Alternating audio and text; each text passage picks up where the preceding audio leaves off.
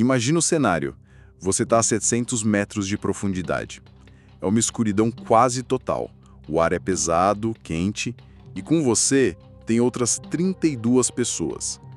Aí, acima de tudo isso, uma rocha do tamanho, sei lá, de um arranha-céu bloqueia a única saída. A questão ali não é só se o resgate vem, mas tipo como sobreviver até ele chegar. Hoje, a gente vai mergulhar fundo na incrível história de sobrevivência e resgate dos 33 mineiros chilenos lá em 2010. E o nosso objetivo aqui não é só recontar uma história que muita gente já ouviu por cima. É ir além, é entender os pilares que sustentaram essa operação toda.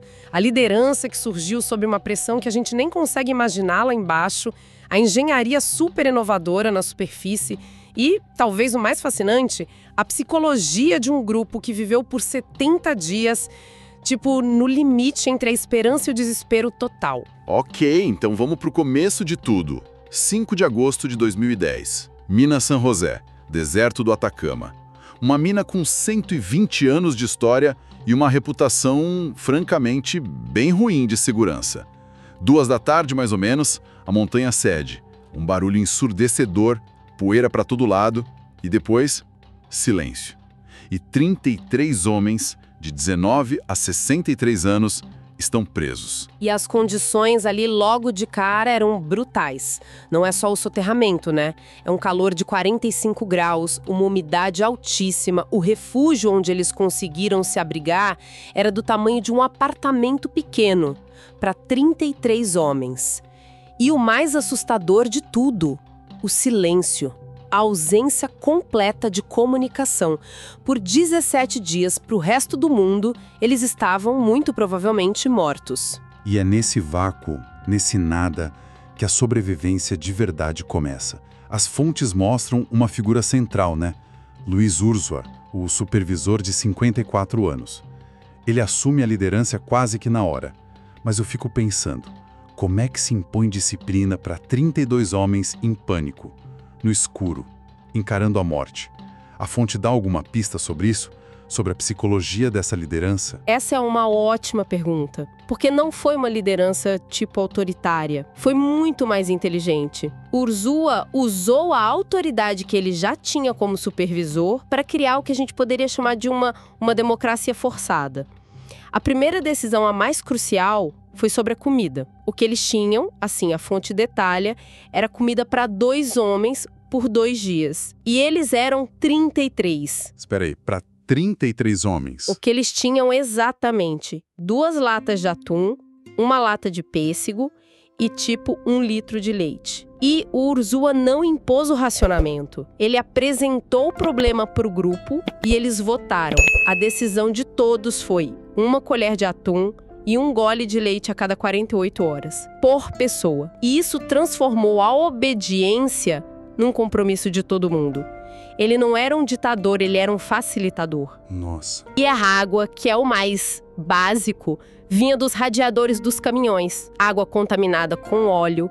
Uma decisão horrível, mas que manteve eles vivos. Então, a primeira regra foi essa união pela necessidade.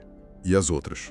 Ele também criou uma rotina de trabalho, certo? Sim, essa era a segunda regra. Ninguém fica parado. Ficar parado era, tipo, aceitar a morte. Eles se organizaram em turnos para tentar cavar, para mapear o espaço, para cuidar da iluminação com as baterias dos caminhões. Manter o corpo e a mente ocupados era uma arma contra o desespero. E a terceira regra, talvez a mais abstrata, era a esperança. E essa regra tinha um rosto, Mário Sepúlveda. Se Urzua era a organização, a estrutura, o Sepúlveda era o carisma, o coração. Ele contava a piada, organizava orações, ele virou o apresentador dos vídeos que eles gravariam depois. Ele era o responsável pelo moral da tropa. Um líder para o corpo, outro para a alma. E enquanto isso, lá em cima, na superfície, a situação era de puro caos. As famílias, se recusando a desistir, montaram um campamento Esperança. Aquilo virou uma vigília, pressionando todo mundo. E o governo chileno coloca um engenheiro, o André Sougarret, no comando de uma operação que, para muitos, era impossível. E era, tecnicamente, quase impossível mesmo. A rocha que desabou era diorito, uma das mais duras que existem, cheia de quartzo que quebrava as brocas. Por isso eles não apostaram numa coisa só. Lançaram 3 planos de perfuração ao mesmo tempo. O plano A, mais lento e seguro. O plano B, que foi o herói da história, que era mais rápido, mais arriscado. E o plano C, que era a opção nuclear, uma furadeira de petróleo gigante, potentíssima, mas que nunca tinha sido usada para um resgate assim. Aqui a gente já começa a ver que a palavra milagre, que foi tão usada depois, talvez não seja melhor, né? Isso foi um ataque de engenharia, calculado. Exatamente. O milagre estava sendo construído com matemática, com geologia, muito antes de qualquer contato. A maioria dos especialistas internacionais naquela altura via a missão como recuperação de corpos e não resgate. Até o dia 22 de agosto, 17 longos dias depois, a perfuratriz do plano B chega na profundidade certa. E quando a equipe puxa a broca de volta, eles sentem um piso estranho. Primeiro acham que é só lama, mas aí eles veem um plástico amarrado na ponta. E nele, um bilhete com caneta vermelha. Uma mensagem que rodou o mundo.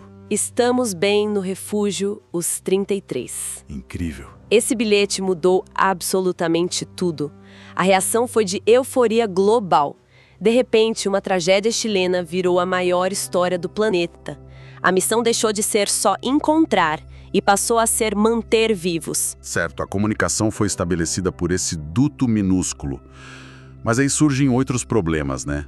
Como é que se mantém 33 homens vivos e sãos por mais 50 e poucos dias, a 700 metros de profundidade? A operação que veio depois foi de uma complexidade absurda. Foi dividida em fases.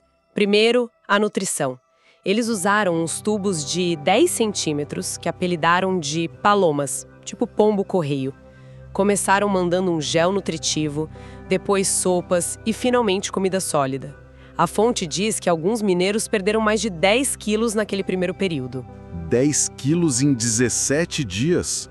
Nossa, isso dá uma dimensão física do limite em que eles estavam. Não era só fome, era o corpo entrando em colapso. Exato. Depois da comida veio o suporte psicológico. Pela primeira vez, eles falaram com as famílias por um cabo de fibra ótica. Esse contato foi vital. E aí, a colaboração global explode. A NASA entrou, compartilhando conhecimento deles sobre manter astronautas em ambientes confinados, ajudaram a criar rotina de exercício, a regular o ciclo de dia e noite com luzes especiais. Empresas de mais de 20 países ajudaram com tecnologia. Foi tipo uma estação espacial internacional subterrânea. Ok, então eles estão alimentados, psicologicamente mais estáveis. Mas a questão principal continua. Como tirar eles de lá? Porque alargar aquele poste de 10 centímetros para o tamanho de um ser humano parece coisa de filme. E era quase isso. O plano B, o que fez o primeiro contato, foi o escolhido para ser alargado até 66 centímetros de diâmetro.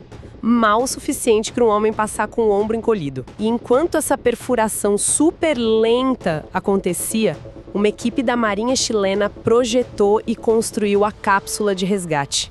Ela foi batizada de Fênix. Que nome, hein? Perfeito, né? A ave que renasce das cinzas. E a engenharia dela era incrível. Sim, uma obra de arte da funcionalidade. Precisão absoluta. 54 centímetros de diâmetro interno. Um cilindro de aço, com oxigênio, comunicação. Mas a fonte traz um detalhe fascinante. A engenharia não era só mecânica, era psicológica também. Eles pintaram a cápsula com as cores do Chile. Não era por estética, era para ela ser um símbolo, um pedaço da pátria descendo para buscar eles. Cada detalhe foi pensado. E a logística da subida? Quem iria primeiro? Imagino a tensão dessa decisão lá embaixo. Foi outra decisão estratégica. Eles dividiram os 33 em 3 grupos: os hábeis, os fracos e os fortes. O primeiro a subir seria um dos hábeis, Florencio Ávalos, um dos mais jovens e em forma. A lógica era que, se algo desse errado na primeira viagem, ele teria a melhor chance de lidar com a situação. Depois viriam os mais frágeis e, por último, os mais fortes psicologicamente. E o último de todos. Como um capitão de navio, o líder, Luiz Urzúa. E aí a gente chega no clímax. 12 de outubro de 2010, o mundo inteiro para assistir. A estimativa de 1 bilhão de pessoas acompanhando ao vivo. A Fênix desce pela primeira vez vazia. Um silêncio total. Então, à 00h11 do dia 13, a cápsula sobe. A porta se abre e Florencio Ávalos sai. Vivo. A emoção daquele momento foi Indescritível. universal. O grito "Xi, xi, xi, lê, lê, lê, viva Chile!" ecoou pelo mundo todo. Foi uma catarse coletiva. Um a um, ao longo de quase 24 horas, todos os 33 foram resgatados. O último, o Urzúa, sai da cápsula e diz para o presidente chileno uma frase que ficou para a história. Entregamos o turno. Missão cumprida. Uma frase de trabalhador, né? Mas com um peso de 70 dias de agonia. Exato. E depois do resgate, a vida deles mudou para sempre. Viraram heróis, celebridades.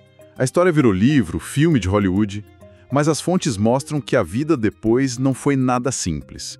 Muitos sofreram com estresse pós-traumático, claustrofobia, depressão. A mina foi fechada, hoje é um memorial. Sim, e o legado, como a fonte resume, pode ser visto em algumas lições. A primeira é que a união salva vidas. Lá embaixo eles não eram 33 pessoas, eram uma unidade. A segunda é que a liderança importa. E não só a carismática, mas a liderança que estrutura, que organiza. E a terceira é que, às vezes, a humanidade consegue se unir por uma causa. Se lá embaixo eles eram uma família, aqui em cima o mundo virou por algumas semanas uma gigantesca equipe de resgate. É interessante. Durante todo esse tempo, a palavra que a gente mais ouviu foi milagre. E, olhando o resultado, é quase instintivo usar essa palavra, né? 33 homens vivos depois de 70 dias. Com certeza. Eu entendo o porquê, mas as fontes que a gente analisou nos convidam a pensar um pouco diferente. Como você mesmo falou, a palavra milagre quase apaga o fator humano. Se a gente chama de milagre, a gente corre o risco de diminuir as decisões brutais do Urzúa, os dias de cálculo dos engenheiros, a precisão na construção da Fênix. Talvez o termo mais justo não seja milagre, mas sim um triunfo da engenhosidade e da resiliência humana. Um triunfo que foi conquistado a um custo altíssimo. E isso me leva à reflexão final. O resgate foi o fim do evento na TV, mas não o fim da história para esses homens. A atenção do mundo, que foi tão intensa, se dissipou com a mesma velocidade. O trauma, os pesadelos, as dificuldades de adaptação, isso tudo ficou com eles. E essa é a questão que fica, né?